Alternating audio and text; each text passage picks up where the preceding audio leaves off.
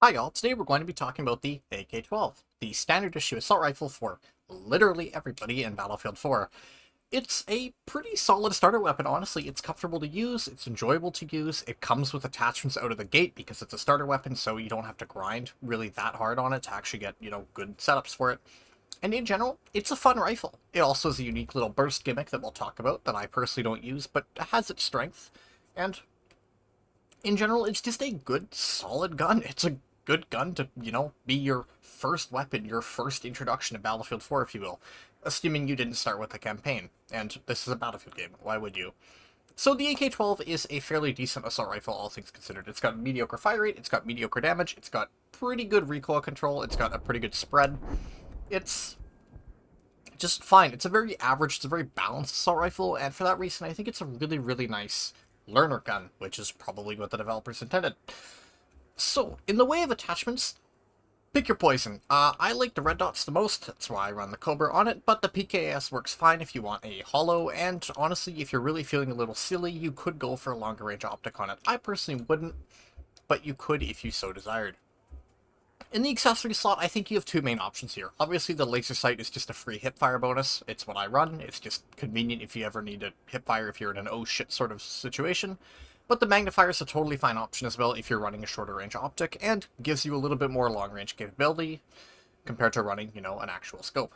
Still, I'd go with either the magnifier or the laser sight here. The flashlight just isn't useful, and the canted irons, I mean, I guess if you were running like a 4x, you could maybe justify them, but you're better off running a magnifier on a 1x. In the barrel, absolutely go heavy barrel. As I mentioned, this gun is very easy to control recoil already, so you gain more accuracy. Sure, you lose a little bit of recoil control, but it's not really noticeable, I'm going to be honest. Just take the heavy barrel. More accuracy is always good, and there's no reason not to take it. Same story with the stubby grip, it's just more accuracy.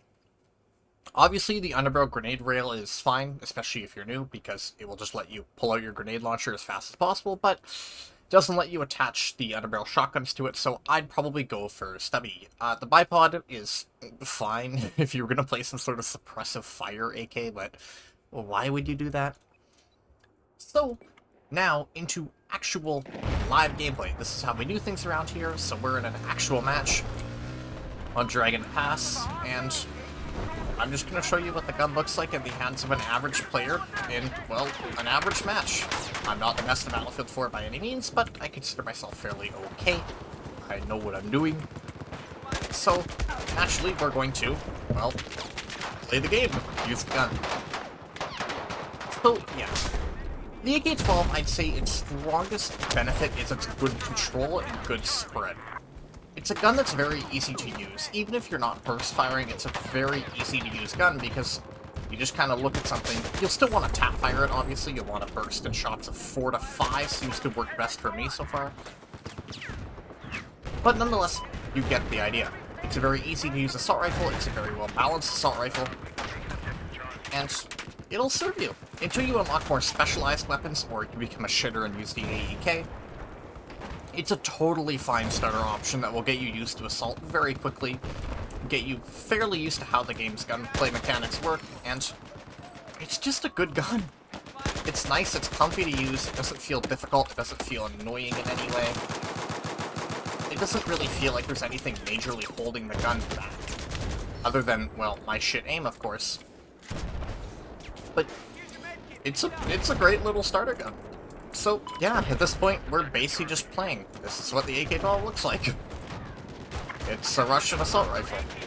You probably already know what it feels like if you've ever used it in a shooter before. If you've ever thought of what an AK rifle might be, the AK-12 is basically that on a more controllable level. I'm not really sure why they haven't actually noticed me over here. I'm not complaining, it's kind of funny that I'm right in the middle of all their lines, but I guess this is Battlefield for you. That's how things go sometimes. Oh, I didn't realize I hadn't reloaded yet. Oops. That's a simple mistake to make. That is supremely unfortunate, but that's a very simple mistake to make. And, well, with a mag size of only 30 rounds, unfortunately the AK-12 doesn't take sustained engagements very well. You'll obviously want an LMG for that, but you're playing assault, you have an assault rifle. Just, it has a quick enough reload that you won't be let down by it in most situations, but absolutely there are times where you'll wish you had even 10 more rounds would go a long way. Unfortunately, deal with it. So, yeah, it's a good weapon. I like it a lot. It's a really good starter option. I'll get domed by the RFB, supremely unfortunate, but that's the way things go. Out of all the starter weapons in this game, I honestly think the AK-12 is the easiest to use as a new player, and also probably the most well-rounded on the whole. It's a really good weapon to get used to how the game plays on. It works no matter what map you throw it at. If you want to play something longer range, it still works because of its good spread values and low recoil. If you want to play something closer range, it might not work as well, but it'll still do pretty good. As for the burst fire mechanic that I totally forgot to mention until now, the gun has a higher rate of fire in burst than it does in auto. It's, I believe, 680 RPM in auto to 750 in burst. So this means that, well, obviously, you kill quicker when you're bursting. However, this comes with the catch that it's a burst mode, and you need to remember to click. You could call it a hyper burst, but it's not really that fast of a burst. And honestly, I've personally found that the 70 RPM difference isn't too substantial enough to justify focusing on using it.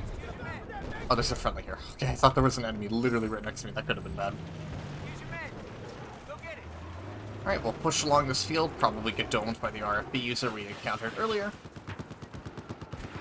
So, yeah, the burst fire mechanic is nice. It's an interesting way to make the gun a little bit more diverse. Although it is rather hidden, the game doesn't really mention this anywhere. Which is a little funky, but still, trust me, bro. It is a mechanic.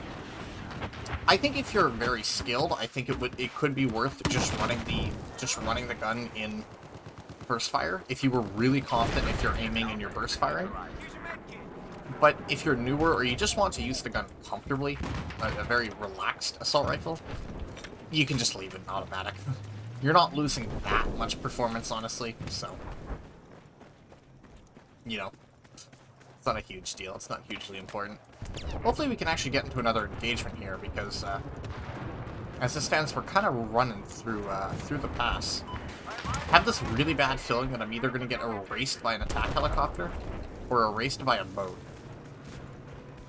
I guess we'll just follow this APC and go for a run. Live gameplay. This is the catch. Looks like there's an engagement up here. And if I blow up, it is what it is. The site is contested, so there is enemy infantry in here for sure. Question is, do I get the drop or does he get the drop? Maybe there's nobody. That's kind of lame. It was just a friendly Abrams. And, well, the match is about to end. Still, that's probably a good place to call it.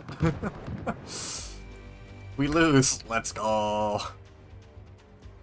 But yeah, I can't show you the weapon screen, of course, but the AK-12 is a good gun.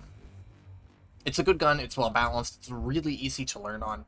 And yeah, I think it's good. I think it's really nice. I think it's a lot of fun to use, I think it's very comfy to use, and I think it's a great starter weapon to learn the game on, so thank you all. I will see you all again another time. Bye.